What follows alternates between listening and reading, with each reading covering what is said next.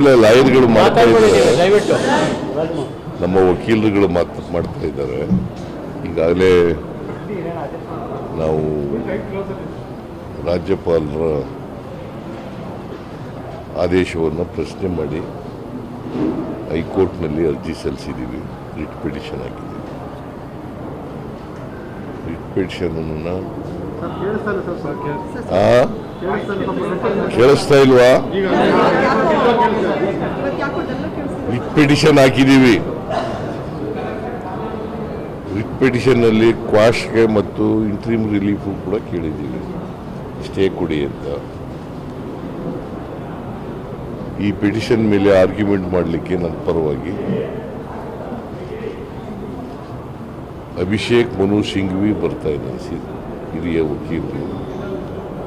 ಅವ್ರು ಬರ್ತಾ ಇದ್ದಾರೆ, ಅವರು ಆರ್ಗ್ಯುಮೆಂಟ್ ಮಾಡ್ತಾರೆ. ನೋಡೋಣ, ನ್ಯಾಯಾಲಯದಲ್ಲಿ ನಮಗೆ ವಿಶ್ವಾಸ ಇದೆ. ನ್ಯಾಯಾಲಯದಲ್ಲಿ ನಮಗೆ ಪರಿಹಾರ ಸಿಗ್ತದೆ ಅಂತಕ್ಕಂಥ ಸಂಪೂರ್ಣ ವಿಶ್ವಾಸ ಇದೆ.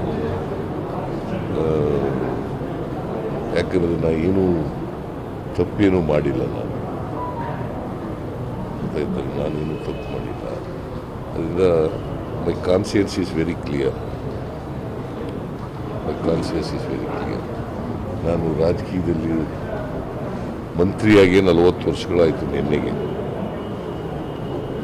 1984 ಆಗಸ್ಟ್ 17ನೇ ತಾರೀಕಿಗೆ 40 ವರ್ಷಗಳಾಯಿತು. 40 ವರ್ಷಗಳಲ್ಲಿ ಯಾವುದೇ ಕಪ್ಪು ಚುಕ್ಕಿ ಇಲ್ಲ. ನನ್ನ ರಾಜಕೀಯ ಜೀವನ ತೆರೆದ ಪುಸ್ತಕ ಇದ್ದಾಗಿದೆ. ಅದು ನಿಮಗೂ ಗೊತ್ತಿದೆ, ಇಡೀ ರಾಜ್ಯದ ಜನತೆಗೆ ಗೊತ್ತಿದೆ. ಜನರ ಆಶೀರ್ವಾದದಿಂದ ಇಲ್ಲಿಯವರೆಗೆ ರಾಜಕೀಯ ಮಾಡ್ಕೊಂಡು ಬಂದಿದ್ದೀನಿ, ಜನರ ಸೇವೆಯನ್ನು ಮಾಡ್ಕೊಂಡು ಬಂದಿದ್ದೀನಿ. ಸರ್, ಹಿಂದೆ ರೀಡು ಪ್ರಕರಣ ಇರ್ಬೋದು, ಓಬ್ಲಾಟ್ ಪ್ರಕರಣ 2 ಸಾಲ ನಿಮ್ಮ ಮೇಲೆ ಆರೋಪ ಬಂದಿತ್ತು. ರೀಡು ಪ್ರಕರಣ ಕೆಂಪಣ್ಣಗೆ ಕೊಟ್ರಿ, ವರದಿ ಏನಿತ್ತು ಗೊತ್ತಾಗಿಲ್ಲ. ಓಬ್ಲಾಟ್ ವಾಚನ ಸರ್ಕಾರ ವಾಪಸ್ ಕೊಟ್ರಿ, ಆರೋಪ ಎಲ್ಲ ಬೆಂಕಿ ಹಾಕ್ತಿದೆ ಸರ್. ನಾವು ಹಿಂದೆ ನಿಮ್ಮ ಮೇಲೆ ಯಾವ ಆರೋಪ? ನೀನು ಮಧ್ಯದಲ್ಲಿ ಯಾಕೆ ಪ್ರಶ್ನೆ ಕೇಳಿದೆ? ಅಲ್ಲಪ್ಪ, ನಾನು ಮಧ್ಯದಲ್ಲಿ ಯಾಕೆ ನಿನ್ನ ಪ್ರಶ್ನೆ? ನೀವು ಯಾವಾಗಲೂ ಮಧ್ಯದಲ್ಲೇ ಪ್ರಶ್ನೆ ಕೇಳೋದು. ನಾನು ಹೇಳಿ ಮುಗಿಸೋವರೆಗೂ ಇರಬೇಕು, ಆಮೇಲೆ ಕೇಳಬೇಕು ಪ್ರಶ್ನೆ.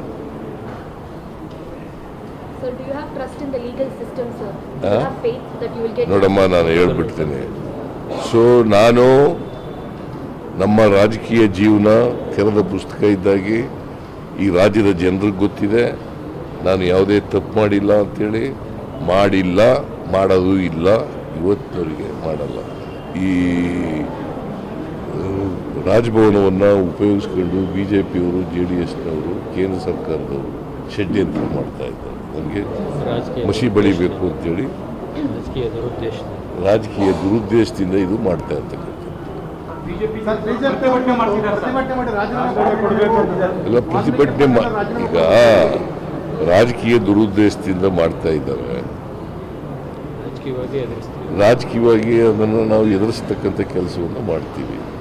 ಲೀಗಲ್ ಫೈಟು ಕೂಡ ಮಾಡ್ತೀವಿ, ಪೊಲಿಟಿಕಲ್ ಫೈಟು ಕೂಡ ಮಾಡ್ತೀವಿ. ನಾವು ಇಲ್ಲ, ಡೆಲ್ಲಿಗೆ ಹೋಗ್ಬೇಕು ಅಂತ ಅಂದ್ಕೊಂಡಿದ್ದೀನಿ.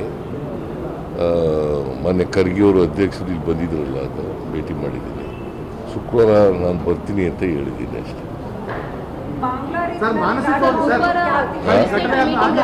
ಮಾನಸಿಕವಾಗಿ ಮತ್ತೆ ನೈತಿಕವಾಗಿ ಕುಗ್ಗಿದ್ರಿ ಸರ್, ಸ್ವಲ್ಪ ನೀವು ಡಲ್ ಕಾಣ್ತಾ ಇದ್ರಿ.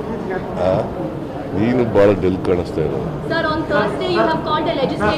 ನನ್ನ ಯಾಕೆ ಡಲ್ ಕಾಣಿಸ್ತಾ ಇದೆಯಾ? ನಾ ಇನ್ನೂ ಈ ರಾಜಕೀಯದಲ್ಲಿ ಹೋರಾಟ ಇದೆಯಲ್ಲ, ಈ ಹೋರಾಟ ಮಾಡುವಾಗ ಇನ್ನೂ ಹೆಚ್ಚು ನನಗೆ ಜೋಶ್ ಬರ್ತದೆ. ನಿರಂತರವಾಗಿ ಮಾಡ್ಕೊಬೋದಿದ್ದೀನಿ. ಹಿಂದೆನೂ ಮಾಡಿದ್ದೀನಿ, ಈಗಲೂ ಮಾಡ್ತೀನಿ, ಮುಂದೆನೂ ಮಾಡ್ತೀನಿ.